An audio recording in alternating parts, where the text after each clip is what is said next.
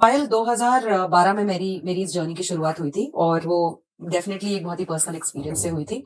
2012 से पहले मैं भी जो हर सोसाइटी में इंसान का मानना होता है कि सिर्फ़ महिलाएँ सफ़र करती हैं, महिलाओं के साथ ही बुरा होता है। यही पर्सपेक्टिव मेरा भी था।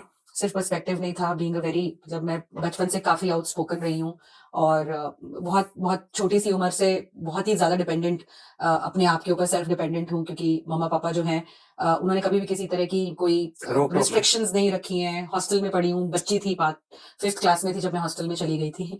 तो उस वजह से एक डिमेनोर जो है वो बहुत ज़्यादा स्ट्रॉन्ग है। तो कभी-कभार जैसे बसेज़ में ट्रैवल किया है, हरियाणा से बिलॉन्ग करती हूँ, इंजीनियरिंग कॉलेज की जब पढ़ाई कर रही थी, तो बसों में अपने सामने देखा किसी लड़की जो बिल्कुल कुछ बोल नहीं पा रही है, उसके साथ कुछ गलत हो रहा है, तो लड़कों को हैंडल भी किया है, पीटा भी है, बुरा शब्द भी बोला है, सब कुछ लड़कियों के लिए फाइट भी करी है, ऐसी कोई वो नहीं है। लेकिन तो मेरा भी यही पर्सपेक्टिव था और मेरा अभी भी यही पर्सपेक्टिव है कि महिलाओं के साथ बहुत ज़्यादा बुरा होता है।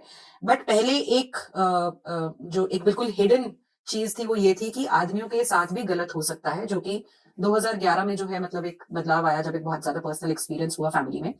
और ये था कि एक शादी हुई, शादी टूटी because of extra marital affair of the girl. Extra marital affair नहीं बोलूँगी मैं उसको एक्चुअली, वो एक फ्रॉड मैरिज थी, जिसमें लड़की पहले से किसी के साथ इन्वॉल्व थी और आजकल तो आप देख रहे हैं कितने सारे मर्डर्स हो रहे हैं। पहले से किसी के साथ इन्वॉल्व होती है लड़की, फिर शादी कर लेती है, फिर हस्बैंड का मर्डर करवा देती है। तो इसी तरह की कुछ सिचुएशन थी जहाँ पे वो लड़की अपने लवर के साथ मिलके ये वो डिसाइड करते हैं कि तुम शादी कर लो और उसके बाद भी हम लोग जो है कंटिन्यू रखेंगे चीज़ें। क्योंकि वो आदमी खुद शादीशुदा होता है। लेकिन घर में पता चल जाता है, फिर उसके बाद दोनों परिवार बैठते हैं आपस में। फिर ये डिसाइड होता है कि आपसी सहमति से अलग हो जाएँगे क्योंकि शादी को मुश्किल से 2 ढाई महीने होते हैं। लेकिन जब ये अलग होने का डिसीज़न हो जाता है, उसके कुछ समय बाद लड़की जो है कोर्ट में एप्लीकेशन फाइल करती है कि मुझे तो दहेज के लिए मुझे डोमेस्टिक वायलेंस से प्रताड़ित किया गया, मेरा गला घोंट के मुझे मारने की कोशिश की गई, ये सब किया, वो सब किया। तो बिल्कुल जो कि बिल्कुल सफ़ेद झूठ होता है। और जब मैं ये सब कुछ पढ़ती हूँ और मैं देखती हूँ कि कोर्ट में कोई इंसान इतना ज़्यादा सफ़ेद झूठ बोल सकता है कोई लेडी, तो मुझे बहुत ज़्यादा अचंभा हुआ।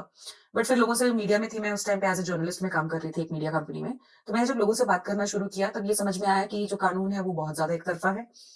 पुरुषों की कोई सुनवाई नहीं होती है। आदमी और उसके परिवार को इस तरह के दहेज, डोमेस्टिक वायलेंस के केसेज़ में एकदम से अरेस्ट कर लिया जाता है। पर्टिकुलर अगर मैं लॉ का नाम लूँ तो आईपीसी 498 पहले होता था। भारतीय न्याय संहिता में 85 है सेक्शन। तो मुझे बड़ा बुरा लगा, मुझे लगा कि ये और जब ये सब कुछ चल रहा था तब एक दिन हुआ जब कोर्ट में खड़े थे और इस लेडी की जो बहन है, जिसको पता था कि उसकी अपनी बहन की गलती है, वो कोर्ट में खड़ी होके कहती है कि तुझे घबराने की कोई ज़रूरत नहीं है, सारे कानून तेरे लिए हैं।